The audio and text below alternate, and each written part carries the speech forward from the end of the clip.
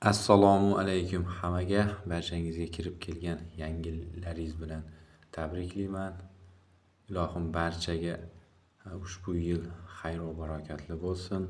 Ushbu yilni boshida shifokor va hamshiralar uchun Demet tizimi va kompyuter savodxonligi bo'yicha bir qancha test savollari imtihoni bo'lishi kutilmoqda. Ushbu imtihonni simulyasion variantini ko'rib chiqishni boshlaymiz. Demet Quiz Usmonaliyev Bobomurod tomonidan yaratilgan ekan. Ushbu kishiga katta rahmat aytib qo'ygan holatda bugungi testimiz simulyatsiyasini boshlaymiz. Demet tizimida avtorizatsiya qanday amalga oshiriladi? J-Share va himoya kodi orqali. Demet tizimini joriy etishning asosiy vazifalari qanday? Faqat elektron tibbiy kartalar, faoliyatni monitor qilish, faqat dori hisobot. Barcha javoblar to'g'ri. Ya'ni ushbu barcha javoblar to'g'risini belgilasak bo'ladi. Demet qo'llab-quvvatlash xizmati bilan qanday usullar orqali bog'lanish mumkin? Faqat telefon orqali, faqat email orqali, telefon, Telegram bot va chat orqali. Faqat Telegram orqali. Bunda C javob bo'ladi, ya'ni telefon, Telegram bot va chat orqali bog'lanish mumkin. Bemor qaysi mobil ilova orqali shifokorga yozilishi mumkin? Demet Pro orqali shifokorlar foydalanadi. Demet bu bemorlar uchun Demet ilovasi yaratilgan. Demet monitor u javob to'g'ri kelmaydi. Mening Met u ham to'g'ri kelmaydi. To'g'ri javob B javob Demet orqali. Demet tizimida bemorning yagona identifikatori Met ID qanday beriladi? Met ID foydalanuvchi qo'lda belgilaydi. Ajob. B javob tashkilot tomonidan beriladi. C javob tizim tomonidan avtomatik ravishda beriladi. D javob aloqa raqami orqali.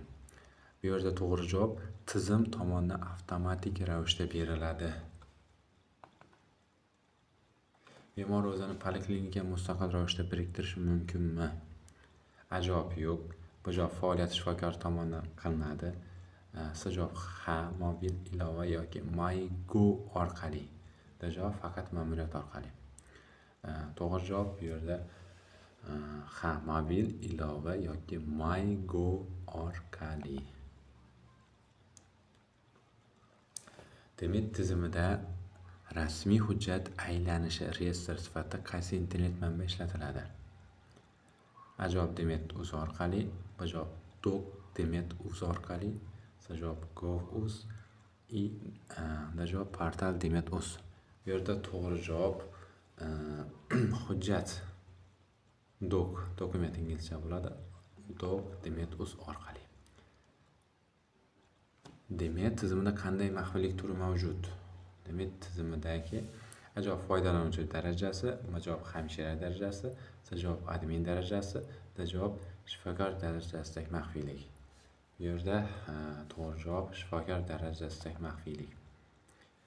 Bemorni birinchi marta DTMga murojaat davlat ta'lim muassasasiga murojaat qilganda qabul qilish uchun qanday amalga oshiriladi?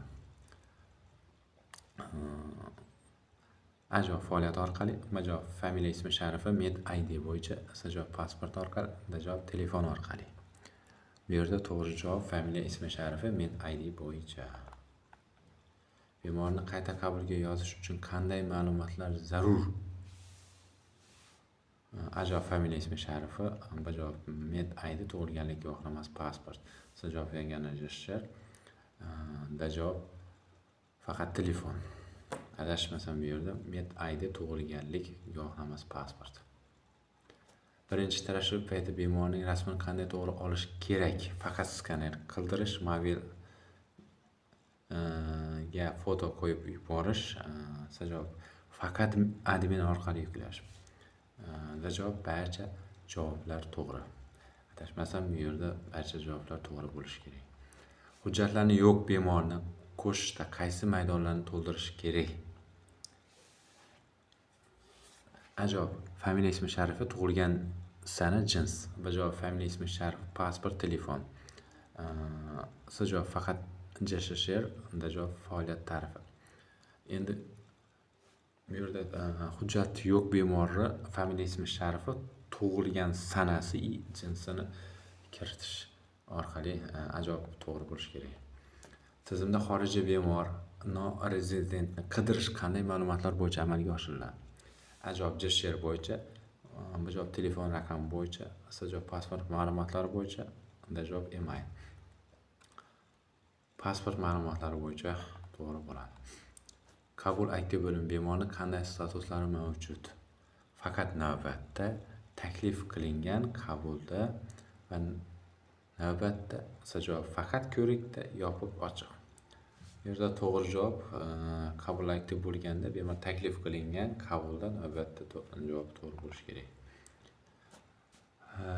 Reimbursatsiya va oddiy retsept o'rtasida qanday farq bor? Hech qanday farq yo'q. Reimbursatsiya bemor hisobiga to'lanadi. Reimbursatsiya sug'urta fondi hisobiga qoplanadi, oddiylari bemor hisobidan. Retseptlar faqat statsionar uchun. Reimbursatsiya sug'urta fondi hisobiga qoplanadi, oddiylari bemor hisobidan. To'g'ri javob javob bo'lishi kerak. Xudo xolasa javobni tekshirib ko'ramiz. Hamma javobimiz to'g'ri.